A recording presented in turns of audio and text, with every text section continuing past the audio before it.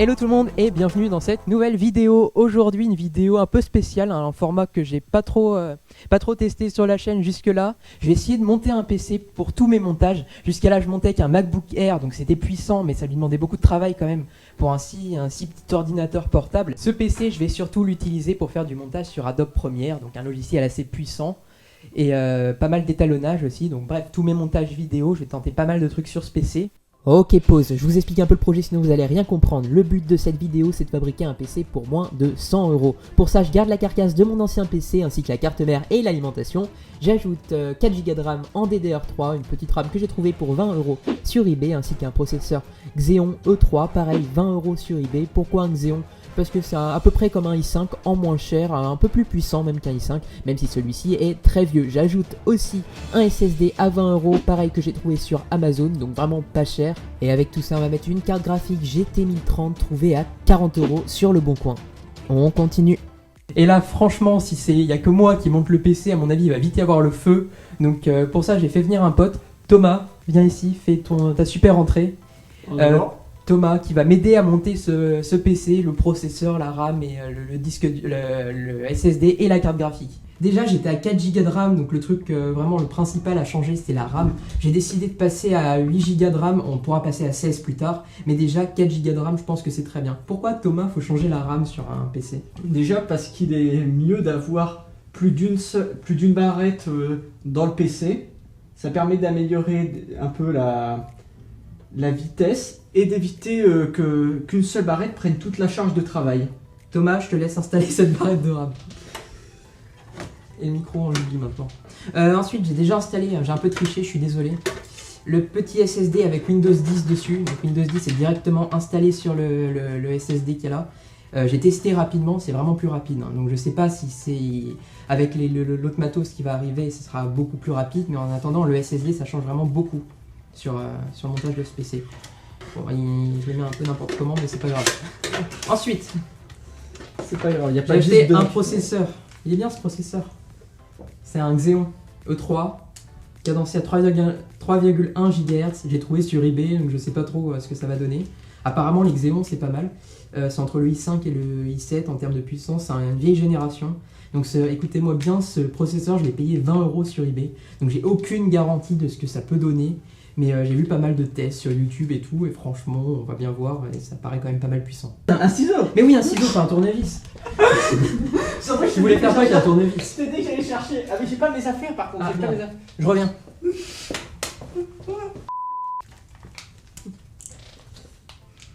Une fois que c'est amorcé, il reste plus qu'à couper avec le couteau. Ok, le couteau. Hop. A few moments later. Yes. Donc on va le laisser de côté pour l'instant parce que faut déjà démonter l'ancien. Parce que oui, dans cet ordinateur il y avait déjà un processeur. Parce que c'est un PC d'occasion et un PC que j'avais déjà utilisé. Un processeur Intel Pentium, je sais pas quoi, tu connais mieux que moi. Comment ça se dit ? Bah, c'est un Pentium. Un Pentium, voilà. Ok, super démontage. Vous avez vu, c'est bien mon travail là-dedans. Là, je peux rentrer chez moi. Enfin, je suis déjà chez moi, mais je peux partir, venir dans 3 heures. Et normalement j'aurai un PC qui va marcher. Magnifique. Donc là on voit, attends, il reste de la pâte thermique et tout. Waouh. Donc petite expérience pour ceux qui n'ont jamais vu, voici le ventirad. Donc c'est ça qui va refroidir votre processeur. J'ai pas dévissé le truc du coup. Et attends, normalement ça part tout seul. Hein. Ah, t'as pas dévissé la petite vis. Oui. Très bien. Je touche plus à rien, moi j'en ai marre. Pâte thermique qui va vous aider à faire à favoriser la conduction de chaleur entre le processeur et le ventirad. C'est ça ? Entre autres, plus qu'à favoriser, l'air étant un isolant, ça sert surtout de pont thermique. De pont thermique. Voilà. Sinon, le processeur serait isolé du reste du PC et ça chaufferait. Donc, excellent pont thermique. C'est le but. Le processeur est accessible et on peut le retirer. Et là, on voit. Oui, les processeurs Intel ne sont pas fragiles. Oula, il y en a deux qui sont tendus. Non. Si. Ça c'est délicat mais... Tu veux, j'ai un truc pour ouvrir les huîtres. Non, on verra. Là, il y a un sens. Normalement, Il y a un détrompeur sens. même. Le détrompeur et la petite flèche ici. Ok. Comme on l'a vu avant de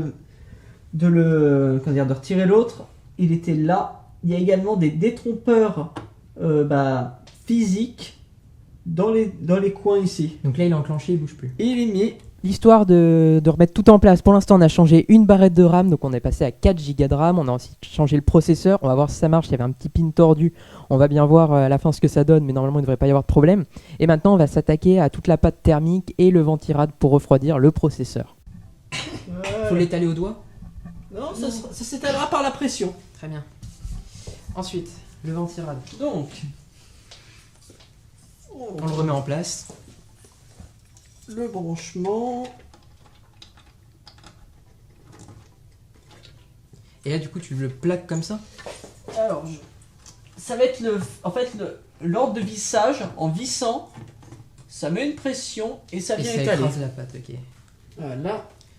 Génial. Je vais réussir à atteindre le truc. Écrase pas trop. Hein? Écrase pas trop. Est-ce que je visse quelque chose, moi?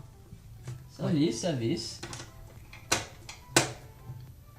Hop.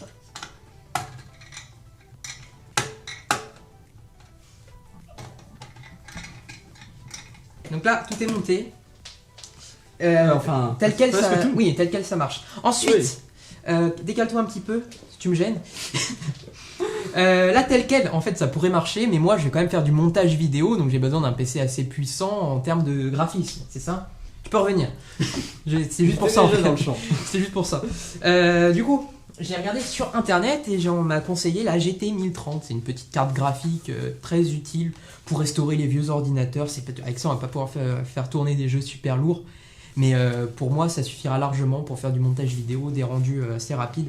Voici la carte graphique, elle est toute petite, c'est ça qui est bien. Donc, un des gros points positifs avec cette carte graphique, je vais l'ouvrir, c'est que vous n'avez pas besoin de changer votre alimentation. Moi j'ai une petite alimentation, je sais plus combien c'est, genre 300 watts. Et j'ai pas besoin de la changer parce qu'il n'y a pas de gros ventilo. Et je crois, si je dis pas de bêtises, ça doit faire dans les 30-40 watts maximum cette carte graphique.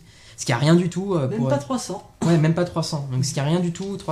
200. 40 watts, je crois que ça fait ça. Donc il n'y a même pas besoin de changer l'alimentation. Donc c'est un gros point positif quand même cette petite carte graphique. Et en plus elle est pas très chère. Je crois qu'elle tourne aux alentours des 80-90 euros. Je te laisse la placer. Oui. J'aurais pu le faire, hein, je suis pas débile, mais déjà je pense à l'endroit ce sera encore mieux. Allez. Donc, rien de plus simple. Mais là en face du truc quand même. Hop. Je vois quelque chose. Est-ce que je suis dedans? C'est mieux là. Ok.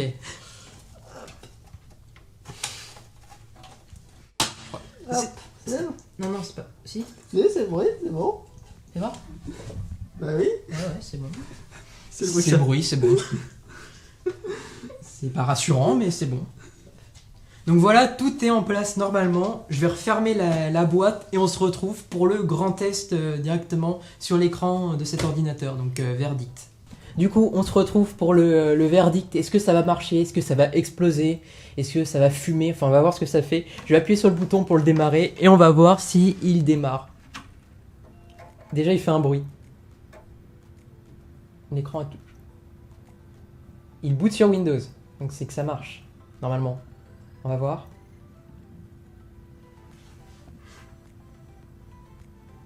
Et il démarre.